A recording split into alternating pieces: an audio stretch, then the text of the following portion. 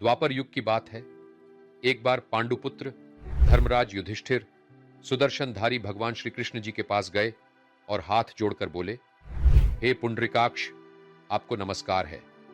आप मेरे स्नेह से कृपा करके बतलाइए कि मार्गशीर्ष महीने के शुक्ल पक्ष में किस नाम की एकादशी होती है, उसकी विधि क्या है और उसमें कौन से देवता का पूजन किया जाता है।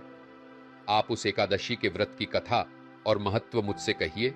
भगवान श्री कृष्ण ने युधिष्ठिर से कहा, हे राजसिंह, तुमने यह अच्छा प्रश्न किया है। इसी उत्तम विचार वाली परोपकारी सोच के कारण से ही संसार में तुम्हारी विमल कीर्ति है।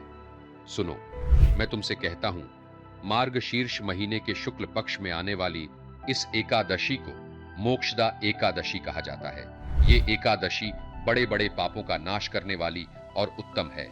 जो मनुष्य ऋषिकेश भगवान की पूजा करके इसके व्रत को करता है, इस मोक्षदा एकादशी के पुण्य से अनेक भोगों को भोग कर विष्णु लोक को प्राप्त करता है। इस व्रत को करने वाला मनुष्य महान सुख और संपत्ति का अधिकारी होता है। समस्त कामनाओं तथा सिद्धियों के दाता भगवान श्री हरि विष्णु नारायण इस व्रत के अधिदेवता हैं। भगवान श्री कृष्ण बोले, हे श्रेष्ठ पुरुष युधिष्ठिर, तुम मोक्षदा एकादशी के महात्म्य को सुनो। इसके सुनने मात्र से ही वाजपेय यज्ञ का फल मिलता है, जो कि पाप को दूर करने वाला, पुण्य को बढ़ाने वाला तथा उत्तम बुद्धि वालों को मोक्ष देने वाला है। इस मोक्षदा एकादशी में तुलसी की मंजरी और धूप दीप से पूरे भक्ति भाव के साथ दामोदर श्री हरि भगवान जी की पूजा करें। सुदर्शनधारी भगवान श्री कृष्ण बोले, हे पांडुपुत्र, तुम सुनो, मैं पुराणों की सुंदर कथा को कहूंगा। इस कथा को सुनने वाले उत्तम मनुष्यों के पिता माता या अन्य कोई रिश्तेदार मृत्यु को प्राप्त हो गए हो, तो वे इसके पुण्य के प्रभाव से निश्चय ही स्वर्ग को जाएंगे। जिसके पितर पापवश नीच योनि में पड़े हो, वे इसका पुण्य दान करने से मोक्ष को प्राप्त होते हैं, इसमें तनिक भी संदेह नहीं है।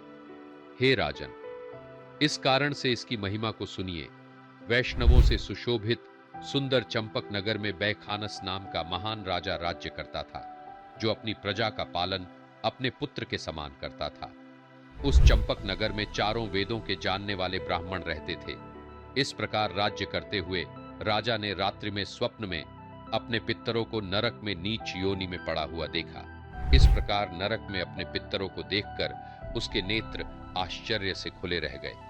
उन सबको इस अवस्था में देखकर राजा के मन में बड़ा विस्मय हुआ और प्रातःकाल ब्राह्मणों से उन्होंने स्वप्न में देखे हुए वृत्तांत को बताया। राजा बैखानस बोले, हे ब्राह्मणों, मैंने अपने पितरों को नरक में नीच योनि में पड़ा हुआ देखा है। वे बारंबार रोते हुए मुझसे कह रहे थे कि तुम हमारे तनुज हो, इसलिए इस नरक समुद्र से हम लोगों का उद्धार करो। हे द्विजवरों, इस रूप में मुझे पितरों के दर्शन हुए हैं। इससे मुझे चैन नहीं मिलता है। मैं क्या करूं, कहां जाऊं? मेरा हृदय रूंधा जा रहा है, मेरा शरीर जला जा रहा है। हे द्विजोत्तमों, यदि कोई दान, व्रत, तप, योग इत्यादि उपाय हो जिससे मेरे पूर्वज तत्काल नरक से छुटकारा पा जाएं, ऐसा उपाय आप तुरंत बताने की कृपा करें। मुझ बलवान एवं साहसी पुत्र के जीते जी मेरे माता पिता और मेरे पितर घोर नरक में पड़े हुए हैं। अतः ऐसे पुत्र से क्या लाभ है? हे ब्राह्मणों, तभी से मैं दुखी हूं। ये मेरा बड़ा राज्य और इसका परम सुख मुझे सहन नहीं हो रहा है।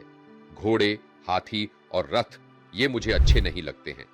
ये इंद्र के समान परम धन धान्य युक्त खजाना भी मुझे सुखकारी नहीं लगता है, तथा कोई भी वस्तु मुझे सुखदाई नहीं है।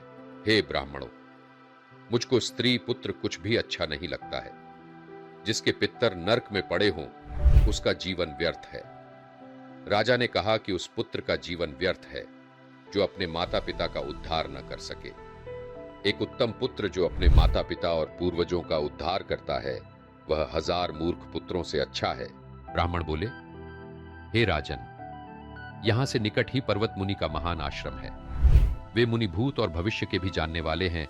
हे नृपश्रेष्ठ, आप उन्हीं के पास चले जाइए। ब्राह्मणों की बात सुनकर महाराज बैखानस शीघ्र ही अपने राज्य के सभी शांत ब्राह्मणों और प्रजा के सहित पर्वत मुनि के आश्रम पर गए। पर्वत मुनि का महान आश्रम ऋग्वेद, सामवेद, अथर्ववेद के जानने वाले विद्वान तथा मुनियों से सेवित था और वहां पर्वत मुनि दूसरे ब्रह्मा के समान मालूम पड़ते थे।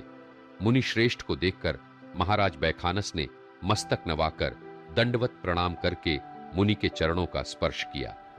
तत्पश्चात मुनि ने राजा से उसके राज्य के 7 अंगों की कुशल पूछी कि हे राजन, तुम्हारा राज्य तो निष्कंटक है और राज्य में सुख शांति तो है ना। मुनि के ऐसे वचनों को सुनकर राजा बोले कि हे विप्र, आपकी कृपा से मेरे राज्य के 7 अंग कुशल पूर्वक हैं, परंतु मेरे राज्य में ऐश्वर्य के अनुकूल होने पर भी कोई विघ्न पैदा हो गया है। हे मुनिराज, मैंने स्वप्न में देखा है कि मेरे पितर घोर नरक में पड़े हैं, अतः बताइए किस पुण्य के प्रभाव से उनका इस घोर नरक से छुटकारा होगा। राजा की यह बात सुनकर मुनिश्रेष्ठ पर्वत एक मुहूर्त तक ध्यानस्थ रहे। इसके बाद वे राजा बैखानस से बोले, हे महाराज, मैंने योग विद्या से तुम्हारे पिता के कर्मों के पाप के बारे में जान लिया है।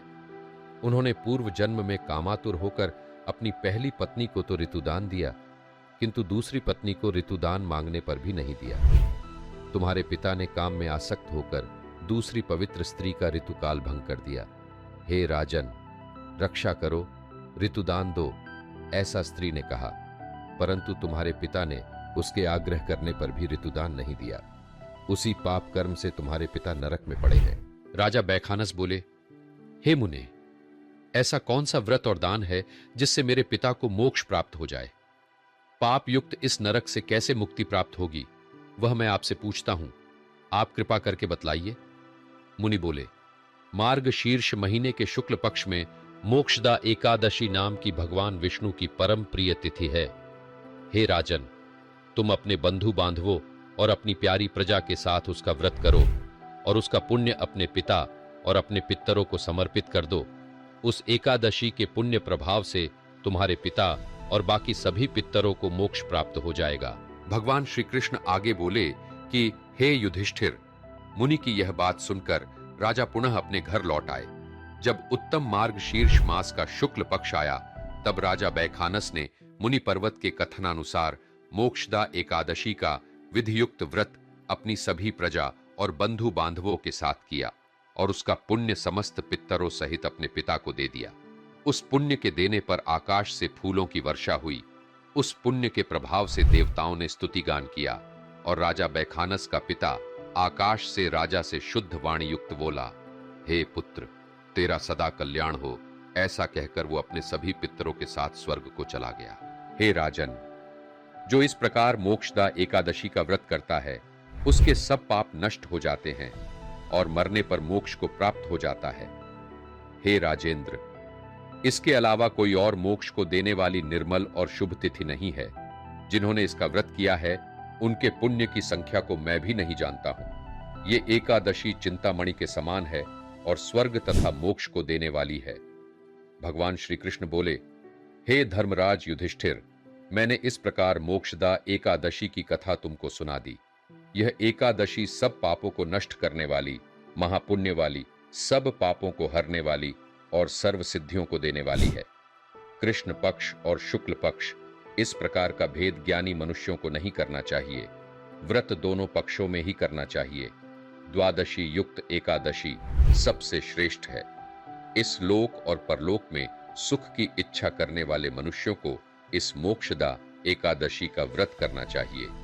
इसका महात्म सुनकर मनुष्य सब पापों से छूट जाते हैं और इस लोक में सुख भोग कर अंत में विष्णु लोक को जाते हैं। इस प्रकार मोक्षदा एकादशी की कथा सुनकर धर्मराज युधिष्ठिर बहुत प्रसन्न हुए और नियमानुसार एकादशी का व्रत करने लगे। अपने सनातनी होने पर हमेशा गर्व करें। श्री सीताराम भक्तवत्सल दिव्य संस्थान की प्रस्तुति। कृपया हमारे चैनल को सब्सक्राइब और शेयर करें। अपने सुझाव कमेंट बॉक्स में लिखें और हमेशा रटते रहे। जय श्री राम। जय जय श्री राम।